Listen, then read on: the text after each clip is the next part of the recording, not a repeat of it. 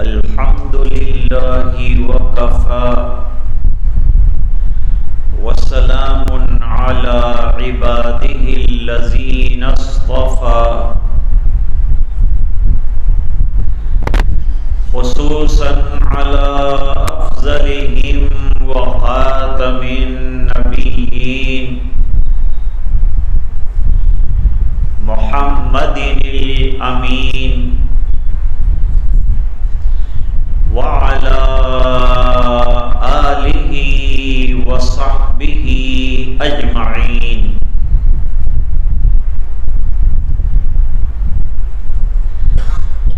أما بعد، أعوذ بالله من الشيطان الرجيم. بسم الله الرحمن الرحيم.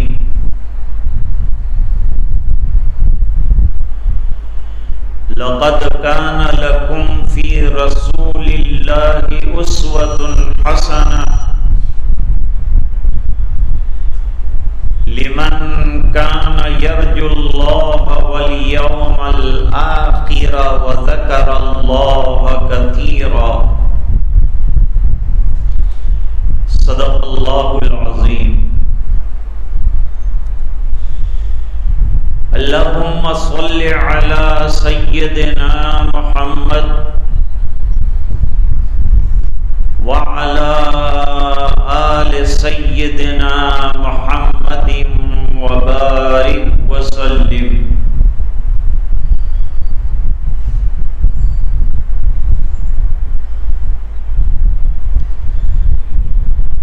اللہ تعالیٰ نے انسانیت کی ہدایت کے لیے انبیاء کرام کو مبعوث کیا ہے.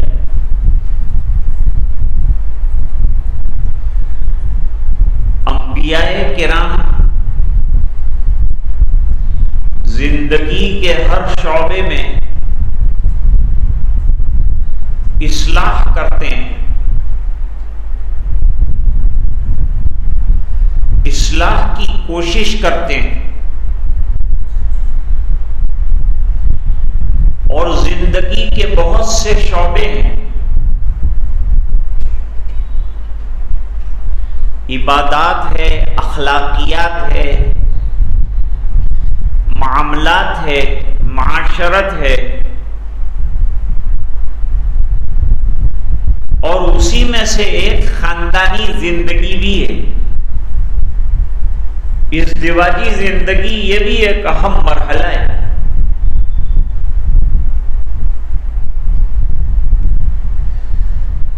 سب سے اخیر میں اللہ تعالی نے ہمارے نبی جناب رسول اللہ صلی اللہ علیہ وسلم کو رسول اور نبی بنا کر بھیجے.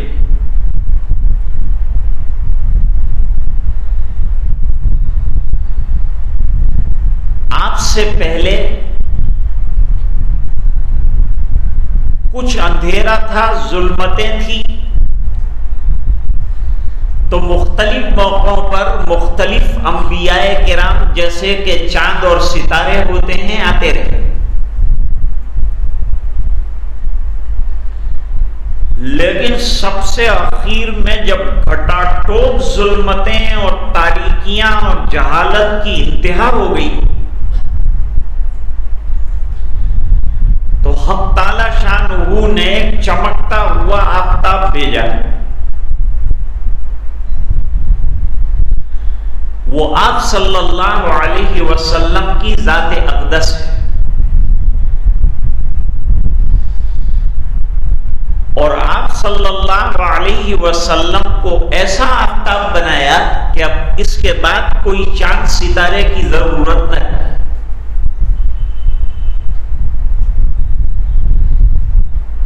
آپ صلی اللہ علیہ وسلم پر نبوت کے سلسلے کو مکمل کر دیا گیا،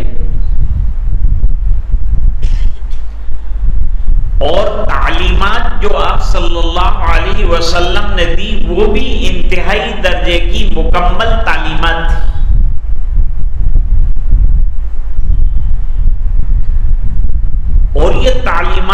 اتنی طاقتور ہے کہ قیامت تک چل سکے، کیونکہ قیامت تک اب نئی شریعت اور نیا دین اور نیا قرآن اور نئے رسول نہیں آنے والے، تو آخری دین میں اتنی طاقت ہونی چاہیے کہ آخری زمانے تک وہ کام دے اور آنے والوں کی دینی ضرورتوں کو پورا کرے۔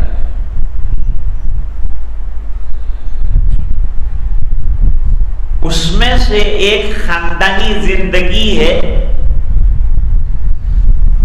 جو حضور پاک صلی اللہ علیہ وسلم نے گزاری اور پوری دنیا کے انسانوں کے لیے وہ زندگی ہدایت کا سامان بنی۔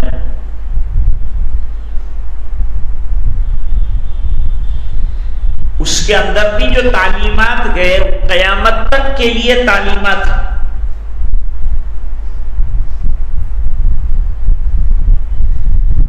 اس لیے بحیثیت مجموعی دنیا کی تعلیم اور دنیا والوں کو تعلیم اور ازدواجی زندگی کے مقاصد اور رہنے کے طریقے سکھلانے کے لیے 11 نکاح ہوئے ہیں۔ آپ صلی اللہ علیہ وسلم کے آپ صلی اللہ علیہ وسلم نے جو زیادہ نکاح کیے وہ الگ الگ مقاصد کے لیے کیے تھے۔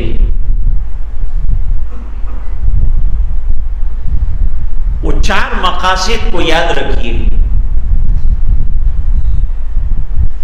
شخصی ضرورت، ملی ضرورت،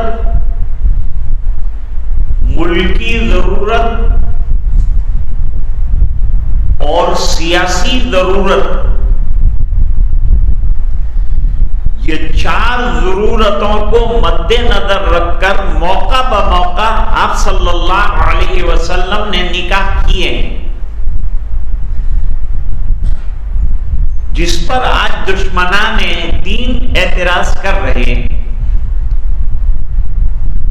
اب غور سے سنیے،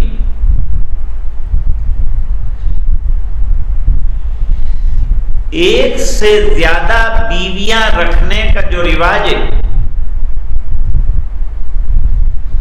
وہ بہت قدیم ہے، بہت پرانا رواج ہے۔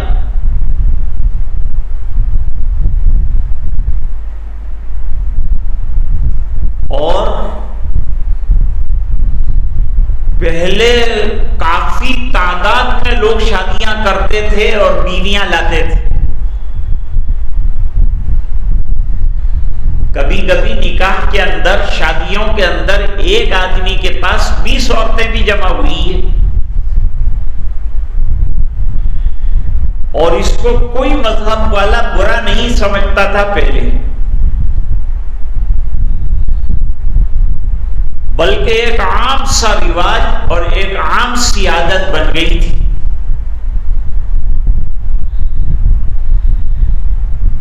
لیکن ظاہری بات ہے کہ جب 20 عورتیں ایک ساتھ رکھے گا تو سب کی کفالت کرنا، سب کا خرچہ چلانا، سب کا بھرن پوشن کرنا یہ مشکل کام۔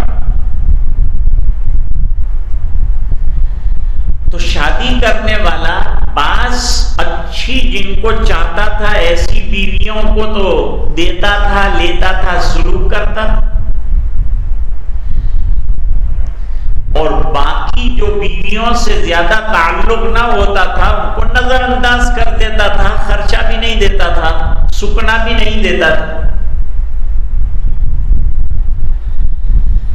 جس سے وہ بیویاں انتہائی طور پر پریشان رہتی تھیں۔ کوئی حل چاہتی تھی لیکن دنیا کے پاس کوئی حل نہیں تھا۔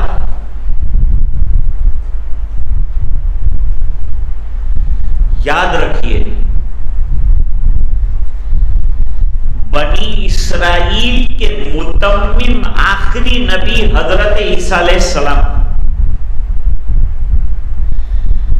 ان کے بعد 500 سال کا عرصہ گزرا کہ جناب رسول اللہ صلی اللہ علیہ وسلم تشریف لائے، بیچ میں کوئی نبی اور کوئی رسول نہیں آئے۔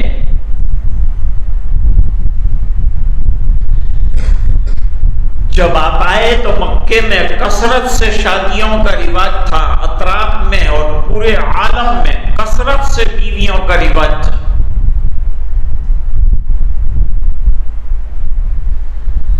تو شریعت مقدسہ نے پابندی لگائی، پابندی یہ لگائی کہ آزاد آدمی بیک وقت 4 عورتوں سے نکاح کر سکتا ہے، اس سے زیادہ سے نہیں کر سکتا ہے۔ کچھ صحابہ کرام ایمان لائے جن کی 8-10 بیویاں تھیں، حضور نے باقی کو طلاق دلوائی اور 4 کو نکاح میں رکھنے کے لیے کہا۔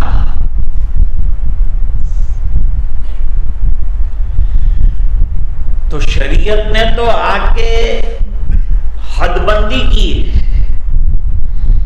پہلے کوئی حد نہیں تھی نکاحوں کی اور ظلم و ستم کی بے حد مار پڑ رہی تھی عورتوں پر، اس کو ختم کر کے 4 پر لا کر لمیٹڈ کیا ہے، اور 4 کو اور جتنے مذاہب والے ہیں انہوں نے بھی برا نہیں سمجھا۔ راجہ دشرتھ کی بھی 4 بیویاں تھیں۔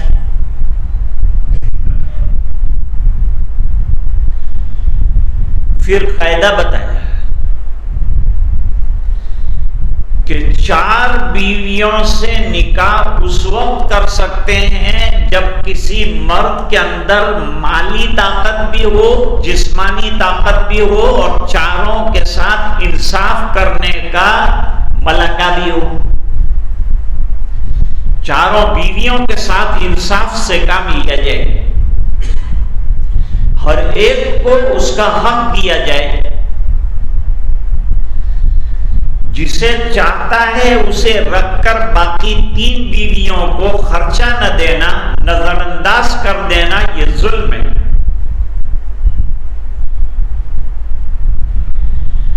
اور قرآن کریم نے کہا کہ اگر 4-3-2 میں آپ انصاف نہیں کر سکتے تو فواحدۃ، ایک بیوی پر اکتفا کرو اور اس کے حقوق ادا کرو۔ حدیث شریف میں فرمایا کہ جس نے زیادہ بیویاں کی اور ایک بیوی کی طرف مائل رہا اور جھکا رہا تو قیامت کے دن ایسی حالت میں آئے گا کہ اس کا ایک کندھا زمین سے لگا ہوا ہوگا، ایک آسمان کی طرف ہوگا، اور لوگ سمجھ جائیں گے کہ یہ بیویوں کے بارے میں ناانصافی کرنے والے ہیں۔ یہ بات اچھی طرح سے ذہن نشین ہو گئی، چونکہ آج یہ پروپیگنڈا بہت عام کیا جا رہا ہے کہ نبی نے زیادہ شادیاں کی۔ اب آئیے حضور پاک صلی اللہ علیہ وسلم کی شادیوں کی طرف۔ حضور صلی اللہ علیہ وسلم کا پہلا نکاح، آپ صلی اللہ علیہ وسلم کی 25 سال کی عمر میں 40 سال کی 2 مرتبہ کی بیوہ حضرت خدیجہ رضی اللہ تعالی عنہ سے ہوئے۔ حضرت خدیجہ رضی اللہ تعالی عنہ نے پہلا نکاح کیا تھا ابو حالہ ابن زرارہ تیمی سے۔ ان سے 2 بچے پیدا ہوئے، ہند اور حالہ، دونوں بعد میں مشرف باسلام ہو گئے۔ دوسرا نکاح عتیق ابن عائز مخزومی سے ہوا، حضرت خدیجہ رضی اللہ تعالی عنہ کا، ان سے ایک لڑکی پیدا ہوئی، وہ بھی مشرف باسلام ہو گئی۔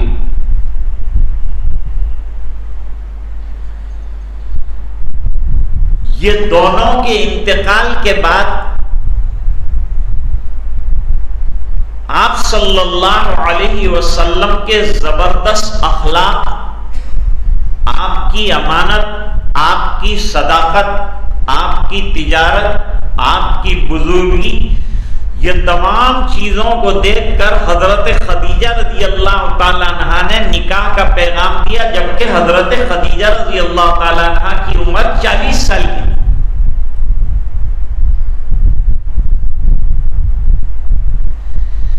آپ جانتے ہیں اور سب جانتے ہیں کہ 25 سال کی عمر انتہائی شباب کا زمانہ ہے، اور شباب کے زمانے میں انسان کی تمنا رہتی ہے کہ میری اچھی جگہ اور نوجوان لڑکی سے اور دوشیزہ سے شادی ہو، تمنا رہتی. تو کیا میرے نبی کی یہ تمنا نہیں؟ لیکن نبی کریم صلی اللہ علیہ وسلم نے 2 مرتبہ کی بیوہ، آپ کی عمر 25 سال، اور نکاح منظور کیا حضرت خدیجہ رضی اللہ تعالیٰ عنہ کے ساتھ، جو آپ سے عمر میں 15 سال بڑی تھی.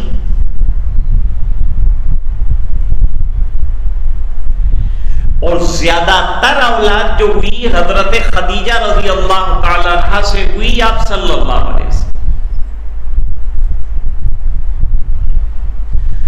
پورا شباب کا اور پورا جوانی کا زمانہ آپ چاہتے تو کئی نکاح کر سکتے تھے، جیسا کہ عرب کا رواج تھا اور وہاں کا دستور تھا، لیکن صرف آپ نے ایک نکاح پر اکتفا کیا، اور وہ بھی بیوہ کے ساتھ، وہ بھی 40 سال کی عمر، اور 55 سال کی عمر تک حضرت خدیجہ رضی اللہ تعالیٰ عنہ حضور کی 55 سال کی عمر تک آپ کے ساتھ اس رواجی زندگی میں رہی. وہاں تک آپ نے دوسرا کوئی نکاح نہیں کیا، بلکہ ایک بیوہ کو سنبھالا اور لوگوں کے سامنے انتہائی طور پر بہترین نمونہ پیش کیا. اس میں بیچ میں ایک بات میں عرض کرتا جاؤں کہ حضور پاک صلی اللہ علیہ وسلم کو مشرکین مکہ نے الیاذ باللہ الیاذ باللہ الیاذ باللہ شاعر کہا، ساحر کہا، کاہن کہا، مجنون کہا، لیکن کسی نے ہوس پرست نہیں کہا، کیونکہ ہوس پرستی کا کوئی سوال ہی پیدا نہیں ہوتا. 55 سال گزار دیے، پورا شباب کا زمانہ ایک ادھیڑ عمر کی عورت کے ساتھ آپ صلی اللہ علیہ وسلم نے گزارا ہے. کیا یہ ہوس پرستی؟ آپ چاہتے تو اس زمانے میں جبکہ درخواستیں کی گئی تھی کہ آپ کو بہترین سے بہترین لڑکی دی جائے، آپ نے اس فرمائش کو ٹھکرا دیا.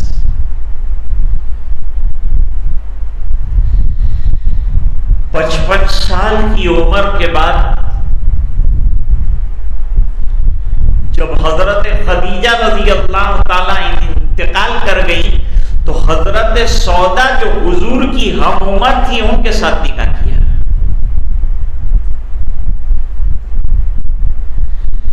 اٹھاون سال سے لے کر 62 سال کی عمر کے درمیان آپ کے نکاح ہوئے ہیں. زیادہ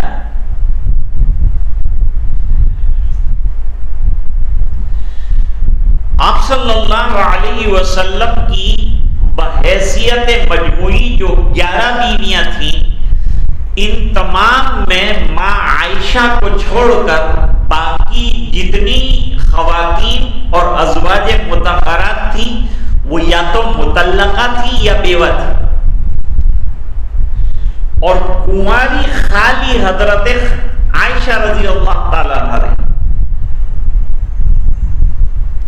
حضرت عائشہ رضی اللہ تعالیٰ عنہ ایک کنواری رہی، باقی تمام بیوہ اور مطلقہ رہی، جبکہ آپ چاہتے تو آپ کو سب دوشیزائیں مل سکتی تھی، جیسا کہ قرآن کریم میں اس کی طرف اشارہ بھی کیا ہے.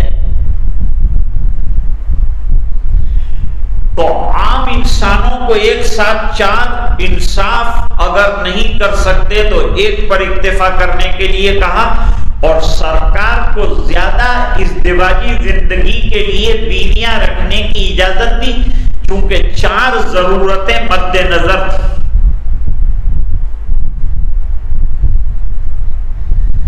اسی دوران حضرت خولہ رضی اللہ تعالیٰ عنہ نے حضور صلی اللہ علیہ وسلم کے پاس حضرت سودا کے علاوہ حضرت عائشہ کے ساتھ نکاح کرنے کی پیشکش کی، تو چند غیبی اشاروں کے مد نظر آپ صلی اللہ علیہ وسلم نے اجازت مرحمت فرمائی کہ یہ بات کو خولہ آگے چلائیں۔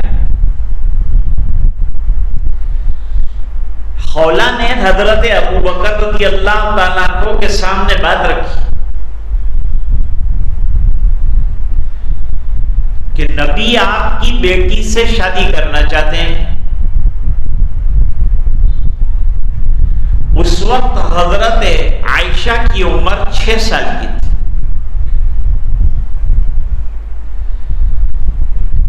حضرت ابوبکر رضی اللہ تعالیٰ عنہ حضور کے منہ بولے بھائی تھے، اور عرب میں ایک رسم یہ چل رہی تھی کہ منہ بولے بھائی کی بیٹی سے شادی نہیں کر سکتے، وہ بھتیجی ہوتی ہے۔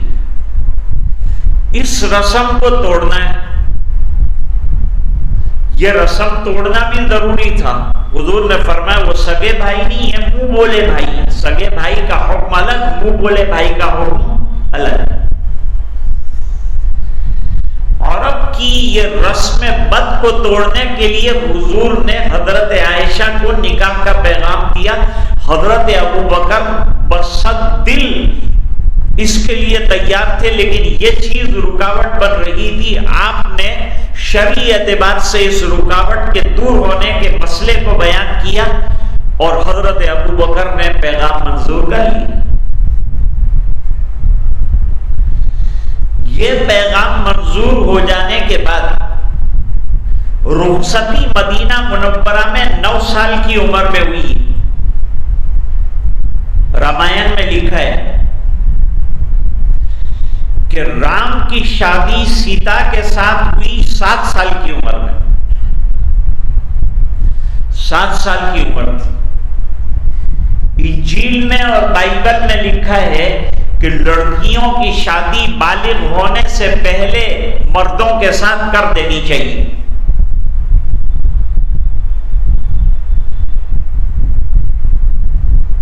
حضرت مریم کی یہاں بغیر شادی کے حضرت جبریل علیہ السلام کی اللہ کے حکم سے پھونک مارنے کی وجہ سے عیسیٰ علیہ السلام کی ولادت ہوئی، یہ ہمارا عقیدہ ہے۔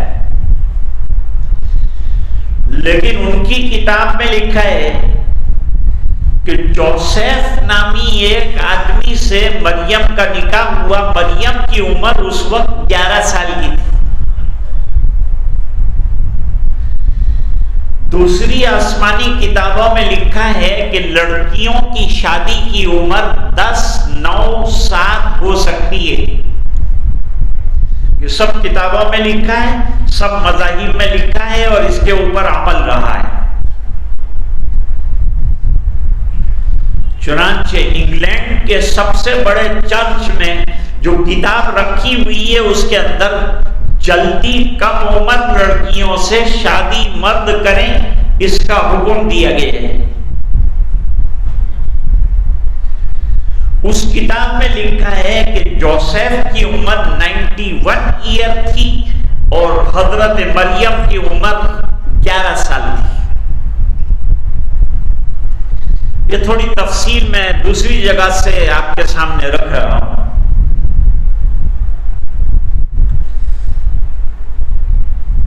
پھر جب 9 سال کی ہو گئی حضرت عائشہ رضی اللہ تعالیٰ عنہ، تو ہر علاقے میں عورتوں کا اور لڑکیوں کا جو اٹھاؤ ہوتا ہے وہ وہاں کے موسم اور ملک کے حالات کے اعتبار سے ہوتا ہے۔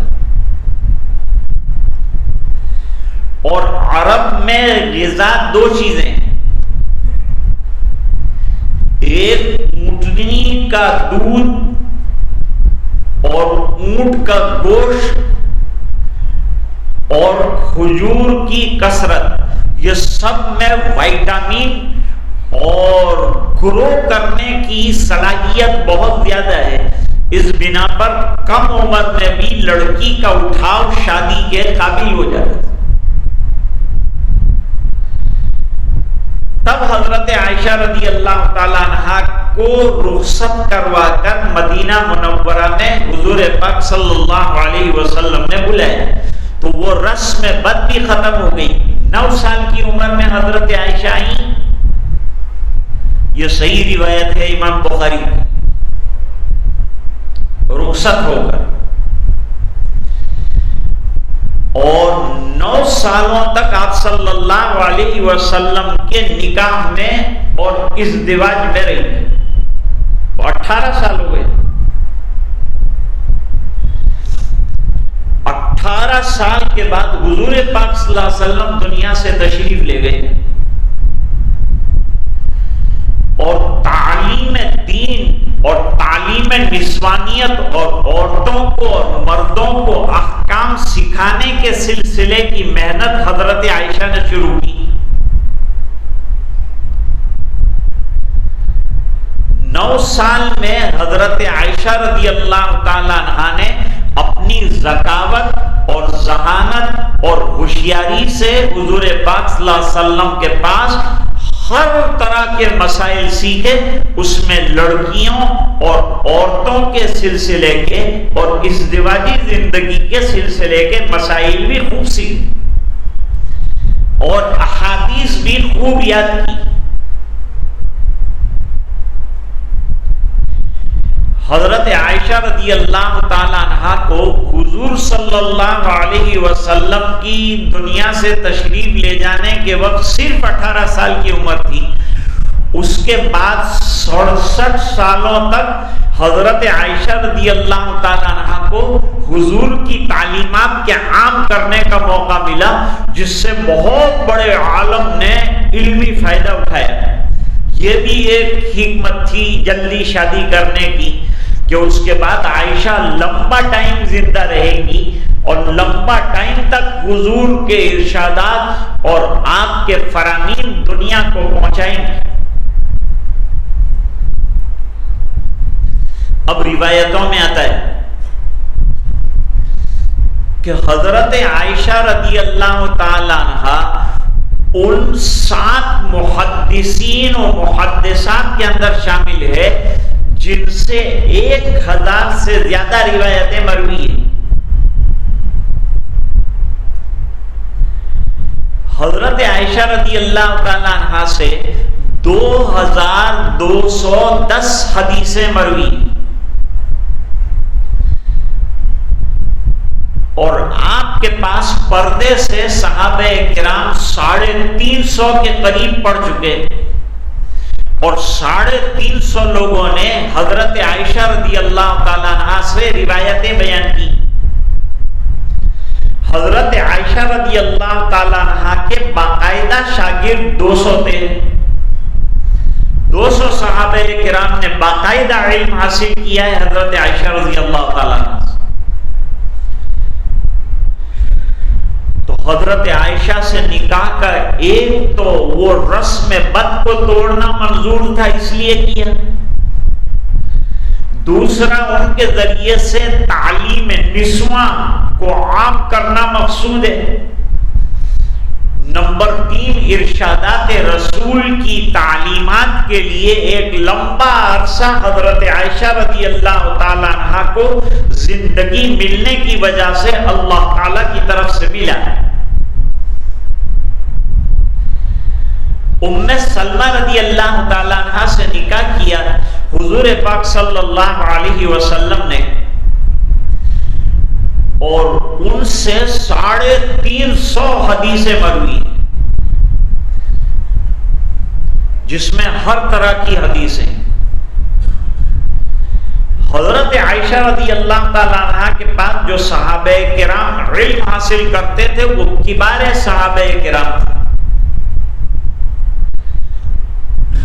حضور پاک صلی اللہ علیہ وسلم حضرت ابو بکر اور حضرت عمر رضی اللہ تعالیٰ عنہ کی قربانیوں کا صلہ اور بدلہ عنایت فرمانا چاہتے تھے اور ان کو شرف سے نوازنا چاہتے تھے.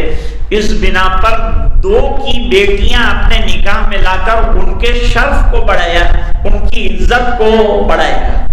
ایک حضرت ابو بکر کی بیٹی عائشہ آئی جو حضرت ابو بکر دل و جان سے چاہتے تھے کہ حضور کے نکاح میں رہے, اور انہوں نے یہ بھی نہیں دیکھا کہ حضور کی عمر زیادہ ہے تو دوسروں کو اعتراض کرنے کا کیا حق ہے.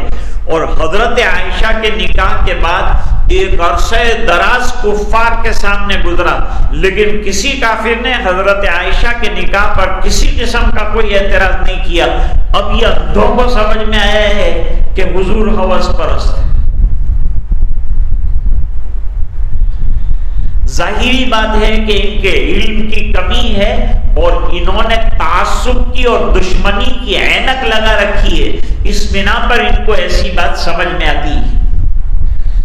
ورنہ اعتراض کرنا تھا تو سب سے بڑے دشمن تو مکے والے تھے, ان کو اعتراض کرنا چاہیے تھا حضرت عائشہ رضی اللہ تعالیٰ عنہ کی شادی پر اور ازدواج پر. تو انہوں نے تو آپ کی پاک دامنی پر جو ہے بڑی تعریفیں کی ہے اور اس پر انگلی رکھنے کی جگہ نہیں رکھی. کسی بھی کافر نے اعتراض کرتے ہوئے سرکار مدینہ جناب رسول اللہ صلی اللہ علیہ وسلم کو ہوس پرست نہیں کہا ہے. اب حضرت عائشہ کی بزرگی دیکھیے, بڑے بڑے صحابہ کرام کی غلطیاں پکڑیے, کوئی روایتوں کے اعتبار سے, کوئی ارشادات رسول کے اعتبار سے کچھ استدراک کی ضرورت پیش آئی ہے, تو حضرت عائشہ رضی اللہ تعالیٰ عنہ نے بڑے بڑے صحابہ کرام پر ان کی غلط فہمیاں سمجھا کر استدراک کیا ہے, جس کو جلال الدین سیوطی رحمۃ اللہ علیہ نے اپنی ایک کتاب کے اندر جمع کیا ہے. ابھی عرب میں موسوعہ عائشہ رضی اللہ تعالیٰ عنہ کے نام سے حضرت عائشہ کے فتاوی کا مجموعہ چھپا ہے, جس کے 750 پیج ہیں. محدثین کہتے ہیں کہ ام سلمہ رضی اللہ تعالیٰ عنہ اتنی بڑی محدثہ تھیں اور اتنی بڑی صاحب فتاوی تھیں. صاحب فتاوی ہونے میں حضرت عائشہ بھی ہیں, ام سلمہ رضی اللہ تعالیٰ عنہ بھی ہیں, حضرت حفصہ رضی اللہ تعالیٰ عنہ بھی. احسان حضور نے حضرت ابو بکر پر عائشہ کے نکاح کے ذریعے سے کیا اور حضرت عمر کی بیٹی حضرت حفصہ کو نکاح میں لے آئے. تو دونوں کی عزتوں کو بڑھایا, دونوں کے شرف کو بڑھایا.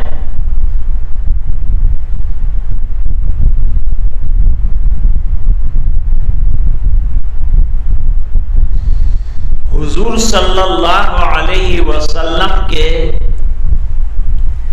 دین کے 4 مددگار اور رفیق ہیں.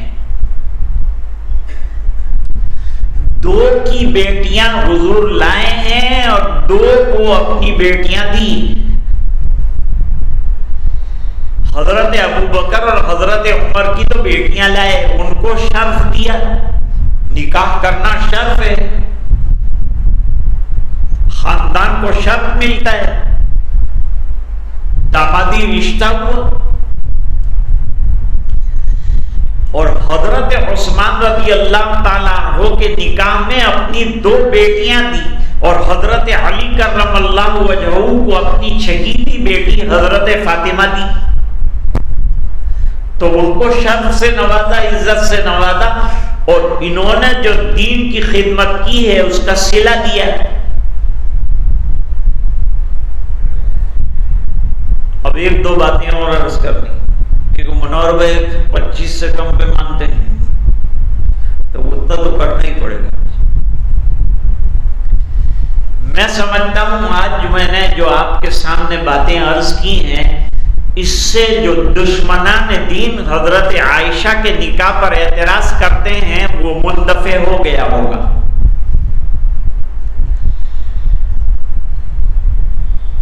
اب حضور پاک صلی اللہ علیہ وسلم کے پاس جب لڑائیاں ہوئی تو حضرت جویریہ جو ہے وہ باندی بنا دی گئی، پورا خاندان بھی جو ہے غلام بن گیا حضور کا، 300-400 افراد آ گئے۔ حضرت جویریہ آئیں اور انہوں نے آ کر عرض کیا حضور میری بدلے کتابت کا انتظام کر دیجئے تو میں آزاد ہو جاؤں، میں سردار کی بیٹی ہوں۔ حضور پاک صلی اللہ علیہ وسلم نے فرمایا اس سے بہتر راستہ نہ بتاؤں تم کو، میں بدلے کتابت ادا کر کے تمہارے ساتھ نکاح کر لیتا ہوں۔ حضور نے حضرت جویریہ سے نکاح کیا تو جتنے خاندان غلام تھے صحابہ کرام نے سب کو آزاد کر دیا، اور جو آزاد ہوئے تھے وہ 300 لوگوں نے ایک دن کے اندر ایمان قبول کیا۔ یہ ایک نکاح کا فائدہ یہ کہ 300 لوگ ایمان لائے۔ ہمارے یہاں دلہا شادی کرتا ہے، شادی کر کے نکلتا ہے، کھجوریں کھا کے لوگ بھاگ جاتے ہیں، کون مومن بنتا ہے، کون مسلمان ہوتا ہے؟ ایک نکاح پہ 300 لوگ مسلمان ہوئے، یہ حکمت۔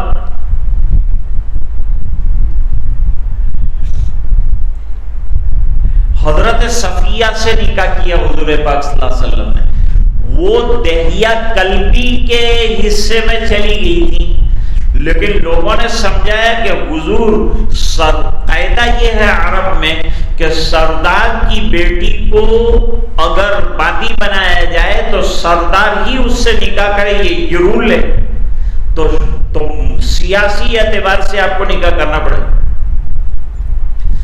لہذا دہیہ قلبی رضی اللہ تعالیٰ عنہ سے بدلے کتابت کا معاملہ کیا اور ان سے حضرت صفیہ رضی اللہ تعالیٰ عنہ کو لے لیا اور نکاح فرمایا حضور پاک صلی اللہ علیہ وسلم نے۔ چونکہ سردار کی بیٹی تھی یہودیوں کے اور پادری اور عالم کی بیٹی تھی، اس لیے اس کو نکاح میں لانا ضروری تھا، تو سیاسی اعتبار سے ان سے نکاح کیا۔ نمبر 3، حضرت ام حبیبہ رضی اللہ تعالی عنہا، یہ ابو سفیان کی بیٹی، حضور پاک صلی اللہ علیہ وسلم نے ام حبیبہ سے نکاح کیا۔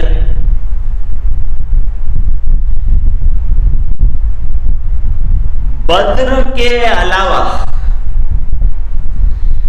جتنی لڑائیاں اور جتنے غزوے لڑے ہیں حضور پاک صلی اللہ علیہ وسلم نے، ان تمام کے اندر سرخیل اور مقابلہ کرنے والے سردار ابو سفیان تھے، ان کی بیٹی ہے ام حبیبہ۔ ہمیشہ حضور سے مقابلے میں آگے آگے رہے، احد میں، خندق میں، ہر جگہ آگے آگے رہے۔ لیکن جب حضور پاک صلی اللہ علیہ وسلم نے نکاح کر لیا ام حبیبہ رضی اللہ تعالی عنہ سے، تو بس تیل میں مکھی گری، ابو سفیان کا حوصلہ حضور پر حملہ کرنے کا ختم ہو گیا، کیونکہ داماد پر کیسے حملہ کرے، تو یہ حوصلہ ہی ختم ہو گیا۔ اور یہی چیز ایک عرصے کے بعد ابو سفیان کے ایمان لانے کا ذریعہ بنی۔ وہ ام حبیبہ کے پاس آئے بھی تھے اور وہ واقعہ مشہور ہے کہ حضور گھر پر نہیں تھے، گفتگو کرنے کے لیے ام حبیبہ کے پاس آئے، تو ام حبیبہ رضی اللہ تعالی عنہا نے اتنا محبت ہے حضور پاک صلی اللہ علیہ وسلم سے، یہ 11 بیویوں کے ساتھ حضور نے ازدواجی زندگی گزاری ہے۔ کسی نے یہ شکایت نہیں کی کہ حضور نے کبھی ان کو انگلی لگائی ہے، کبھی ڈانٹا ہے۔ ہر ایک کے یہاں حضور جاتے تو وہ خوش ہو جاتے، طرح طرح کے پکوان اور کھانے تیار کر کے حضور پاک صلی اللہ علیہ وسلم کے لیے تیار رکھتے۔ تو ام حبیبہ کے گھر آئے، ابو سفیان کا ٹھہر جاؤ ابا جان، جو چٹائی تھی اور جو بستر تھا اس کو لپیٹ دیا جس پر حضور آرام فرما ہوتے تھے. بیٹی مہمان آتے ہیں تو بستر بچھائے جاتے ہیں اور یہ تیرا معاملہ عجیب رہا کہ تو نے بستر بچھایا تھا اس کو لپیٹ لیا میرے لیے بچھانے کے بجائے. فرمائے رسول اللہ کا بستر ہے, اس پر عدو اللہ نہیں بیٹھ سکتے. اللہ کا دشمن بیٹھے رسول اللہ کے بستر پر مجھے منظور نہیں ہے. کہا بیٹی تو یہاں کے بہت بدل گئی. کہا وہ جو بھی کہو آپ, لیکن آپ کو اس پر بیٹھنے نہیں دوں گی. بات چیت کی, خاطر مدارات کی, اچھے اخلاق سے پیش آئی, لیکن آپ صلی اللہ علیہ وسلم سے اس قدر محبت اور اس قدر عشق ہے, اس کا اندازہ لگائیے. خلاصہ کلام کا یہ ہے کہ آج جو دشمنان اسلام پر اعتراض کرتے ہیں اور اسلام میں بھی حضور کو نشانہ بناتے ہیں, اور آج کل تو یہ سلسلہ عام ہو گیا ہے, لوگوں کو شہرت کا شوق ہے اور شہرت کے لیے کہیں میرے نبی کو نشانہ بناتے ہیں, کہیں قرآن کریم کو نشانہ بناتے ہیں, کہیں ازواج مطہرات پر کیچڑ اچھالتے ہیں, لیکن اس سے کوئی فائدہ ہونے والا نہیں ہے. حقیقتیں جو ہے روشن ہے آفتاب سے زیادہ, اور کوئی آفتاب پر کیچڑ اچھالے اور تھوکے تو تھوک اس کے دامن کو خراب کرے گا, آفتاب کو کوئی نقصان نہیں پہنچے گا. اس طرح سے سرکار کی پیاری سیرت مقدسہ پر جو حضرات اعتراض کرتے ہیں, وہ لوگ اپنی زندگی میں جھانک کر دیکھیں کہ کیا کالے کرتوت انہوں نے کیے ہیں اور کیا زندگیاں انہوں نے گزاری ہیں اور کیا زندگیاں وہ گزار رہے ہیں. کیا ان کی زندگیاں پوری دنیا کے لیے نمونہ بن سکتی ہے؟ جبکہ میرے آقا تاجدار مدینہ جناب رسول اللہ صلی اللہ علیہ وسلم کی پوری زندگی, چاہے تو وہ ازدواجی زندگی ہو چاہے وہ خاندانی زندگی ہو, ایک نمونہ ہے اور بہترین نمونہ ہے, اور ایک انسان کے لیے نہیں ہے, پورے عالم کے لیے ہے. اللہ تعالیٰ سمجھنے کی توفیق سعید عطا فرمائے. وآخر دعوانا ان الحمد للہ رب العالمین.